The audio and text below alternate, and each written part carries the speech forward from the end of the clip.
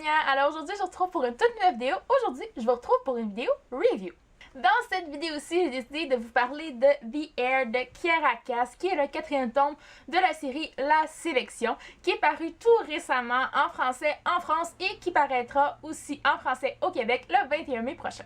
Dans ce 4e tome, on va rencontrer le personnage d'Edlyn, qui est en fait la fille aînée de Maxine et America, les deux personnages principaux des 3 premiers tomes de la série.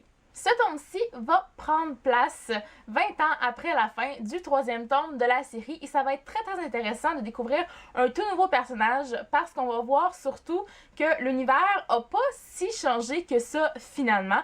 Il y a eu quand même beaucoup de bouleversements à la fin du 3e tome et c'était vraiment très intéressant de voir où les personnages en étaient et on voit surtout que tous les problèmes ne sont pas réglés dans ce tome-ci. C'est donc pour apaiser un petit peu le peuple que les personnages de ce tome-ci vont décider qu'il y aurait une toute nouvelle sélection alors que c'était pas du tout prévu à la base. Edlyn était censée régner seule sur le trône, ce serait la première reine à régner seule, mais non, ça se passera pas comme prévu.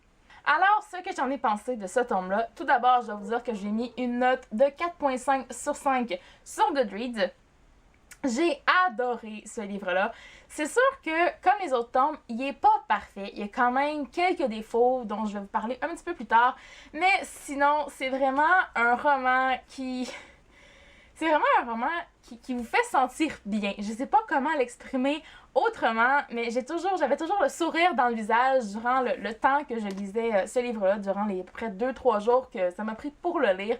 J'ai vraiment adoré retrouver l'univers. J'étais très contente surtout de retrouver tous les personnages, ben quand même, peut-être pas tous, mais plusieurs des personnages qu'on a rencontrés dans les 3 premiers tomes de la série et aussi découvrir plusieurs nouveaux personnages, dont Edlyn.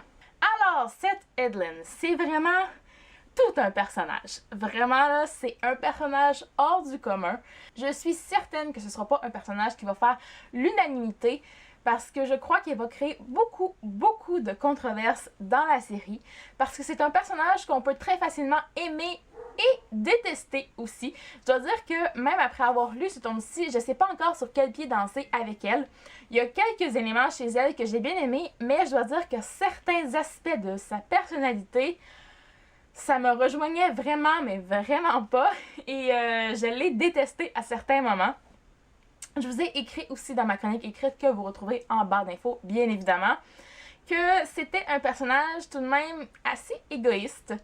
Je vais pas en dire trop, mais franchement, c'est pas le personnage qui va être qui a le plus, disons, de compassion ou qui va vraiment s'intéresser aux autres. Franchement, c'est plus... Edlyn, c'est vraiment un personnage qui est vraiment centré sur elle-même. C'est vraiment ça, je peux pas vraiment le dire autrement. Elle pense plus à elle qu'aux autres, franchement. Et c'est pour ça surtout que je ne l'ai pas vraiment aimée à certains moments. Je vous dirai pas en détail tout ce qu'elle fait, mais même si par moments on peut la détester, une fois que sa carapace est brisée ou qu'on l'a un peu plus saisie, on comprend un peu pourquoi qu'elle est comme ça. Et c'est ce que j'aime avec ce personnage-là, c'est que l'auteur a été capable de créer, je sais pas, un contraste, si je pourrais dire, vraiment dans son personnage qui fait que on voit qu'elle a un bon fond, mais qu'elle-même s'en rend pas compte. Je sais pas si vous me suivez, mais c'est vraiment comme ça que je l'ai vue. Elle va apprendre beaucoup de choses sur elle-même durant cette sélection-là. Et ça va être très beau de l'avoir évolué dans ce 4e tome. Maintenant, en ce qui concerne les prétendants, évidemment, je vous en dirai pas trop sur eux, je ne vais pas en nommer non plus. Mais il y a une très belle brochette de prétendants pour Edlyn.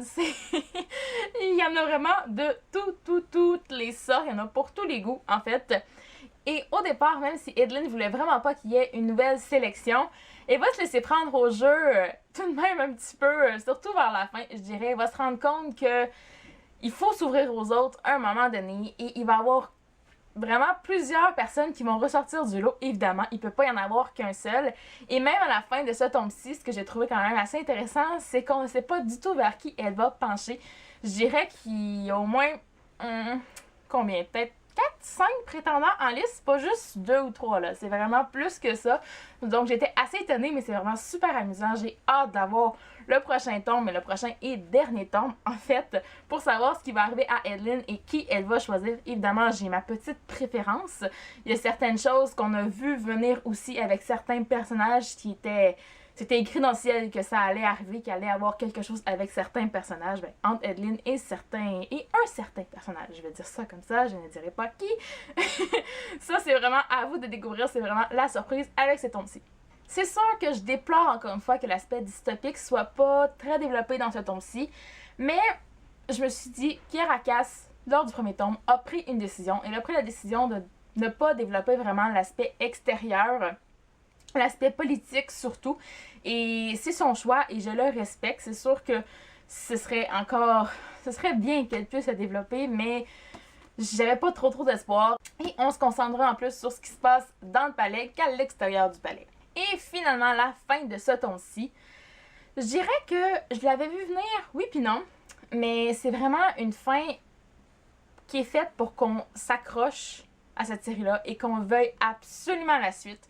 Quand j'ai lu ça, là, j'ai fait, il me faut le dernier tome de la série, c'est pas possible. Kiera Cass peut pas arrêter là. Non, je ne l'accepterai pas, ben j'ai pas eu le choix en fait, mais ça m'a pris quand même un petit bout de temps avant de passer par-dessus parce qu'elle s'attaque à un personnage que tout le monde aime, qu'on adore. Donc, méchante Kiera Cass, méchante Kiera Cass. C'est pas super gentil, mais bon, vraiment, la table est mise pour le dernier tome de la série et j'ai juste une hâte, c'est de l'avoir entre les mains dans un an, au mois de mai prochain.